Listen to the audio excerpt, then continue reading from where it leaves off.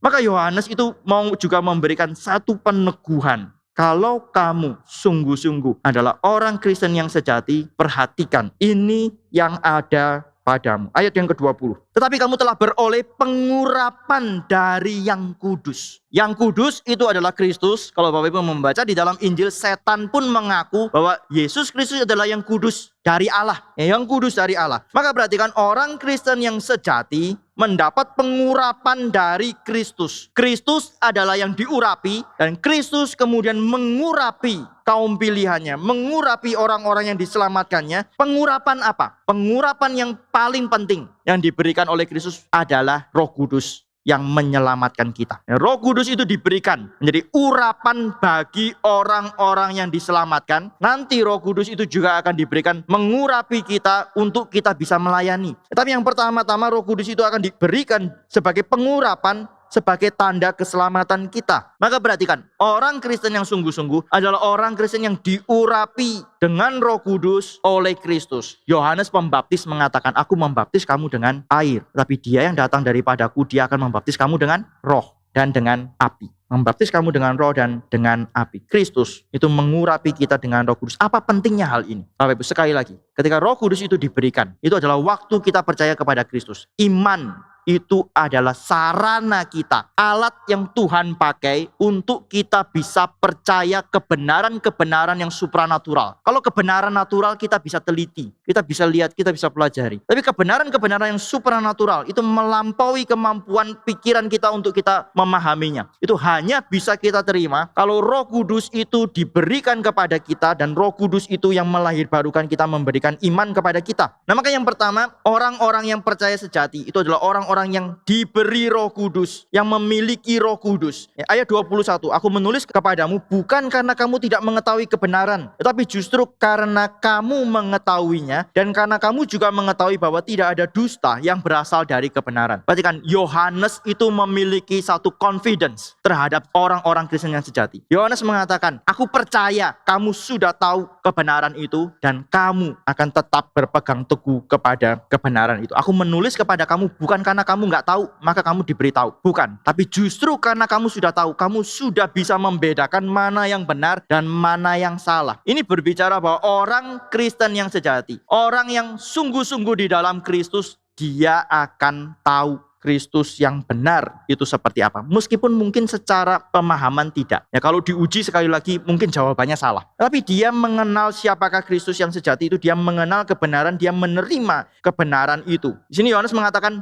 bukan karena kamu tidak mengetahui kebenaran, tetapi justru karena kamu mengetahuinya. Orang Kristen sejati ada di dalam kebenaran. Saya lompat ke ayat yang ke-24. Dan kamu, apa yang telah kamu dengar dari mulanya, itu harus tetap tinggal di dalam kamu. Yohanes mengatakan, Injil yang kamu dengar pertama, yang mengubah hidupmu, itu adalah Injil yang asli. Ya Bapak Ibu, saya tidak mengatakan bahwa kita harus terima yang pertama kali kita dengar, yang pertama kali diberitakan orang kepada kita. Bukan. Tetapi ini Yohanes berbicara yang pertama kali mengubah kamu, mengubah hidupmu. Ketika Roh Kudus itu diberikan kepada kamu sebagai urapan, Injil itu mengubah hidupmu. Injil itulah yang kamu harus pegang, bukan yang lain. Bapak Ibu, kalau kembali mengingat ya, bagaimana kita bisa percaya kepada Kristus, itu macam-macam. Tuhan pakai begitu banyak cara untuk menarik kita masing-masing. Betul kan ya? Pengalaman kita percaya kepada Kristus itu macam-macam, berbeda-beda. Tetapi kita semua akan memiliki satu kesamaan yang sama. Itu Roh Kudus itu menarik kita untuk percaya kepada pribadi Kristus yang satu itu, bukan yang lain. Kalau itu benar-benar Roh Kudus itu akan pakai Injil yang sejati untuk menarik kita datang kepada Kristus yang sejati. Nah, inilah yang dimaksud oleh Rasul Yohanes. Apa yang kamu terima dari semula, dengar dari semula, itu harus tetap tinggal di dalam kamu. Itu kamu harus pelihara, kamu harus pegang. Jangan mau digeser dari kebenaran itu. Dia melanjutkan di ayat yang ke-24, jika apa yang telah kamu dengar dari mulanya itu tetap tinggal di dalam kamu, maka kamu akan tetap tinggal di dalam Anak dan di dalam Bapa. Maka kamu akan tetap tinggal di dalam Anak dan di dalam Bapa. Ini bukan berarti bahwa kita bisa dipisahkan dari Kristus. Ini kalau kita membaca seperti ini, seolah-olah ya, saya bacakan sekali lagi ya. Jika apa yang telah kamu dengar dari mulanya itu tetap tinggal di dalam kamu, maka kamu akan tetap tinggal di dalam Anak dan di dalam Bapa. Ya, seolah-olah ini bisa dibaca secara negatif. Jika apa yang telah kamu dengar dari mulanya itu tidak tetap tinggal di dalam kamu,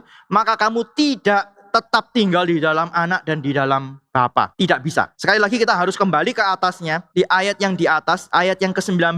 Memang mereka berasal dari antara kita, tapi mereka tidak sungguh-sungguh termasuk pada kita. Sebab jika mereka sungguh-sungguh termasuk pada kita, niscaya mereka tetap bersama-sama dengan kita. Ya Bapak Ibu perhatikan ya, ini dua ayat, ini harus kita pegang sama-sama. Kalau kita memegang Injil yang sejati, ya kita akan tetap di dalam Kristus, kita akan tetap di dalam Bapa, di dalam persekutuan dengan Bapa dan Anak. Kita yang sudah pernah di dalam persekutuan dengan Bapa dan Anak, sekali masuk nggak bisa keluar, tidak mungkin keluar lagi. Kristus itu akan memelihara iman yang sejati itu. Iman yang sejati sekali lagi hanya pekerjaan Roh Kudus melalui Injil yang sejati. Maka Yohanes mengatakan peganglah Injil yang sejati itu. Kenapa Yohanes perlu katakan seperti ini? Karena kita manusia tidak bisa menilai satu dengan yang lain. Betul? Kita tidak tahu ini Doni ini ya, kira-kira dia ini Injil yang dia terima sejati atau enggak ya? Saya enggak tahu, betul kan ya Bapak Ibu? Kita enggak bisa menilai satu dengan yang lain seperti ini. Yohanes tidak tahu apakah setiap individu yang dia kenal sebagai orang Kristen adalah orang yang sungguh-sungguh sudah di dalam persekutuan dengan Bapa dan Anak. Dia enggak tahu. Taunya dari mana? Justru taunya adalah ketika orang itu tetap memegang Injil yang sejati sampai akhir, baru ketahuan. Tapi kalau di tengah-tengah perjalanan iman itu, dia belok, dia geser, dia terima Injil yang lain, dia percaya kepada Yesus yang lain, itu artinya dari mula tidak pernah ada persekutuan dengan Bapa dan Anak. Dari mula dia tidak pernah menerima Injil yang sejati. Tidak ada pekerjaan Roh Kudus di dalam dirinya. Maka Yohanes cuma bisa katakan seperti ini, tetaplah